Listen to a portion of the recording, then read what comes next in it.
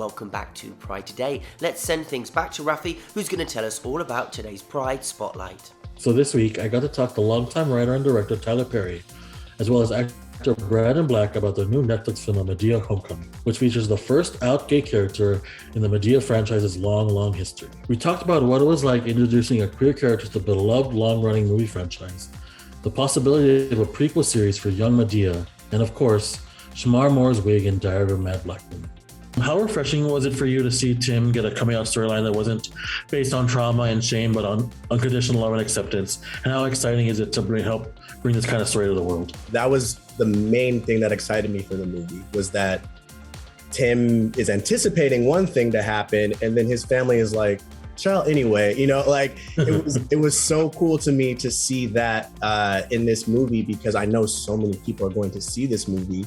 And I want them to see this kind of story play out, because we see so many other examples, like you said, of trauma and shame, which those things exist as well. But this is also a viable option, Tyler, can you talk about the intentionality of that, like writing that and like wanting to showcase that like queer people do have loving and accepting families? I've done work over the years with the Covenant House, and I've seen a lot of kids who were LGBTQ+, who were put out of their houses and homeless because they came out to their family.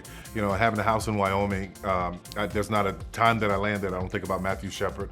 And hearing these stories and all of this pain, I just thought, especially in our community, we have a way of being behind the curve on everything. So I just wanted to show a family that just embraced with love someone who's coming out.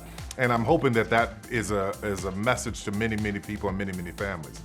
And although Tim is like the first out gay character in the film universe with Madea, I feel like there's always been like an inherent queerness to you playing Madea. I know some folks even say like it's the first time they've seen like a character like in drag. Can you talk about Medea's lasting legacy in that aspect, especially since she's like so iconic? When I think about this, I've always approached it from the point of view of just as an actor, like Mrs. Doubtfire or Eddie Murphy with the Clumps or something. That's always the only way that I've ever approached it. So to have people embrace it from so many different walks of life, it's just been fantastic to me, man. I love it. Brandon, I'm sure this is your new favorite Madea movie since you're in it. But before this, what's a Tyler Perry film that you can watch over and over again without getting tired of it? Diary of a Mad Black Woman.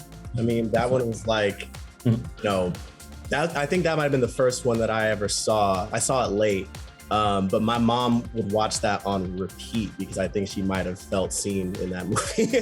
For my whole interview with Tyler and Brandon, make sure to head to out.com.